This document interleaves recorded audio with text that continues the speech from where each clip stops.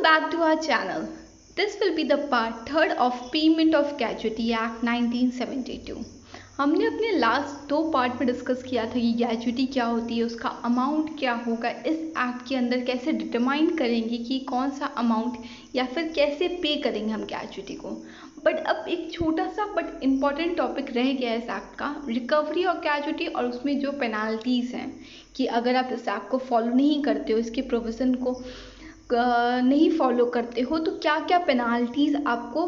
देनी पड़ सकती हैं, वो हम इसके अंदर देखेंगे। पहले रिकवरी ऑफ ग्रेजुटी। अगर किसी एम्प्लॉयर ने ग्रेजुटी पे ही नहीं की है, अभी हमने क्या पढ़ा था लास्ट टाइम कि अगर डिले हो रही है तो क्या होगा। अगर डिले होती थी तो सिंपल इंटरेस्ट लगता था। हमने लास्ट टाइम पढ़ा था जब भी डिले होगी किसी की ग्रेजुटी एम्प्लॉयर की वजह से तो उस पर उसको सिंपल इंटरेस्ट देना पड़ता था। बट अगर रिकवरी ऑफ ग्रेजुटी, अगर वो पे ही नहीं कर रहा है और कोई और तीसरा बंदा जाके या फिर कोई अथॉरिटी जाके पेमेंट करवा रही है कि नहीं आपको पे करना पड़ेगा, रिकवर करवा रही है, तो उसमें उसको कंपाउंड इंटरेस्ट देना पड़ता है। ये बहुत इंपॉर्टेंट है, इसको आप ध्यान दे लीजिएगा कि कब सिंपल इंटरेस्ट पे करता है एम्प्लॉयर और कब कंपाउंड इंटरेस्ट करता है। आइए पहले देख लेते हैं।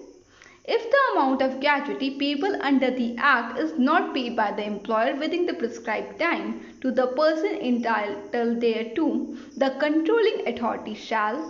on an application made to it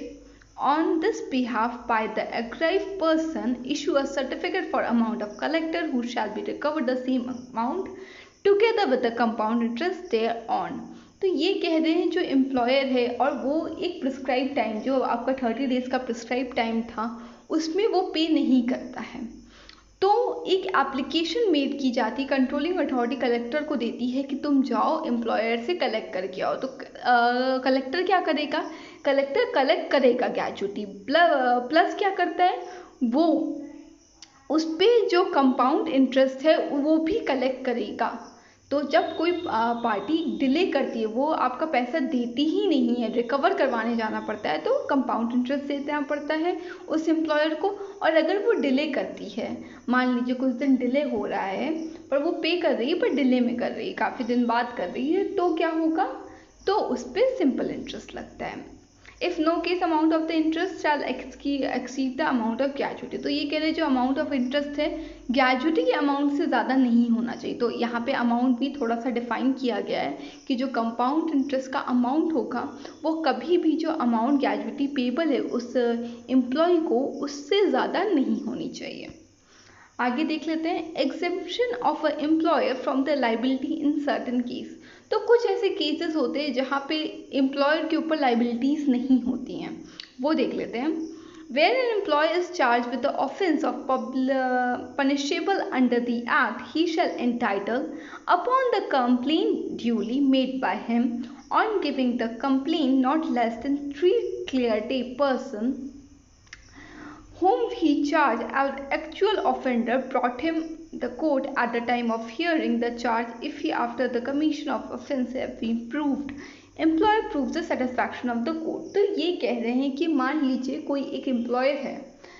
जो इस एक्ट के अंदर ऑफेंस करता हुआ पाया गया, मतलब इस एक्ट को तोड़ता हुआ पाया गया, तो उसे हम पहले बुला के हियरिंग के लिए उसको बुलाया जाता है।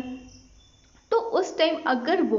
किसी और पर्सन पे कहता है कि नहीं मेरी तरफ से, मेरे साइड से सब कुछ सही है, बट वो जो थर्ड पार्टी है, जो कॉन्ट्रैक्टर है, वो नहीं पे कर रहा है,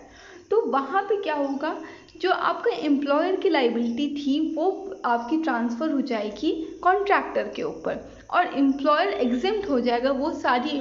लाइबिलिटी से जो उसको वो पे करने की लाइबिलिटी थी। तो ये कब होगा, जब कोर्ट सेटिस्फाई हो जाए कि हाँ एम्प्लॉयर की गलती नहीं है, गलती तो कॉन्ट्रैक्टर की कि उसने पे नहीं किया, या फिर गलती उस थर्ड पर्सन की है कि उसने वो पेमेंट नहीं किया, तो ये आपका हो जाता है, वहाँ पे एम्प्लॉयर आपका बच जाता है। अब इसमें कंडीशंस क्या हैं, that he has to be due diligence in the enforce the execution of the act, and second कह रहा है that they said other person committed an offence in the question without the knowledge, consult, convenience, that other person shall be convicted of an offence and shall be liable to likely punishment as they were employed and employer shall be discharged from all liabilities। तो यही कह रहे हैं कि अगर वो दूसरा बंदा मिल जाता है जिस पे ये आपका जो रियल कॉन्विक्ट होगा, जो रियल में इसका रिस्पॉन्सिबिलिटी होगी, वो मिल जाता है, तो वो बंदा सारी लाइबिलिटी बियर करता है और एम्प्लॉयर एग्जेम्प्ट हो जाता है इस कंडीशन में। अब ये देख लेते हैं that where the amount of the gratuity has not been paid or recovered within 6 months from the expiry of the prescribed time, AG shall authorize the controlling authority to make a complaint against the employer, where an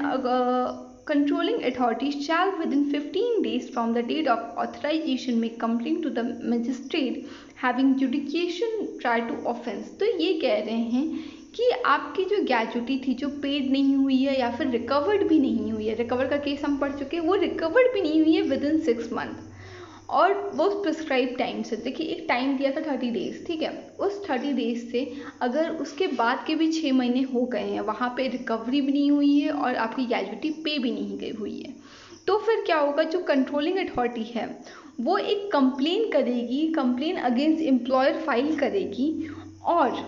उसका जो in charge है, मतलब वो जो complain है वो कहाँ file होगा, वो उस जगह पे होगा जिस जगह से एम्प्लॉयर बिलोंग करता है, मतलब जहाँ पे उसकी इंडस्ट्री है, और उसका जुडिकेशन कौन लेगा, उसका जुडिकेशन मजिस्ट्रेट लेगा, उस एरिया का मजिस्ट्रेट के पास जुडिकेशन होगा कि वो इस सारे मसले को सुलझाए और यहाँ पे उसका पेमेंट करवाए ग्रेच्युटी का। और क्या हो सकता है इसमें, और within 15 days from the authorisation, तो देखिए 6 महीने तो बीत गए, ठीक है, 6 महीने के बाद जो 15 डेज आएंगे उसी 15 डेज में आपका जुडिकेशन हो जाना चाहिए जो मजिस्ट्रेट करेगा उस एरिया का या फिर डिस्ट्रिक्ट का। No court interfere to the presidency magistrate or magistrate of the first class shall try an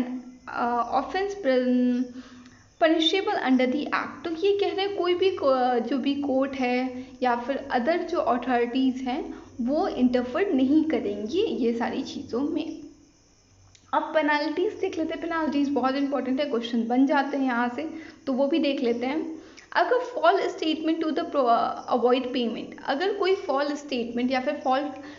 false document दिखाए जाते हैं, डॉक्यूमेंट क्रिएट किए जाते हैं कि उनको पेमेंट ना करना पड़े,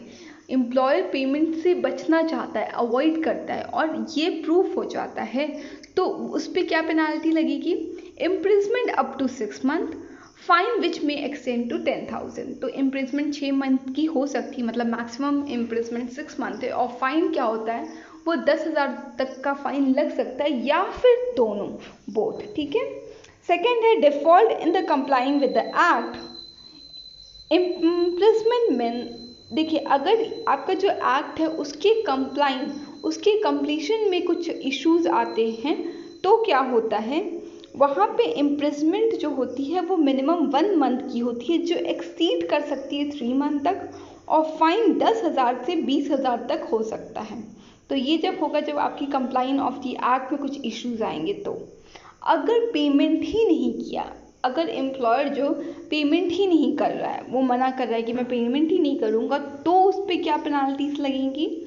imprisonment minimum 6 month to 2 years, मतलब 6 महीने से लेकर मिनिमम 6 महीने का तो उसको जेल होना ही होना है, जो एक्सटेंड कर सकता है 2 साल तक, और फाइन का अमाउंट यहाँ पे नहीं लिखा हुआ है, तो फाइन भी लग सकता है, जैसा उनको लगे उतना फाइन वो इस प्रोविज़न के अंदर लगा सकते हैं। तो ये 3 पेनाल्टीज है इस एक्ट की। दैट्स ऑल, यही आपका एक्ट था पेमेंट ऑफ ग्रेच्युटी एक्ट 1972। इसके नोट्स आपको मिल जाएंगे टेलीग्राम ग्रुप पे, और इससे रिलेटेड क्विज जो होते हैं वहाँ पे भी आप उसे सॉल्व कर सकते हो। काफ़ी अच्छा होता है कि आपका डेली प्रिपरेशन हो जाता है, और प्लस हमें फेसबुक पे लाइक कीजिए। Thank you.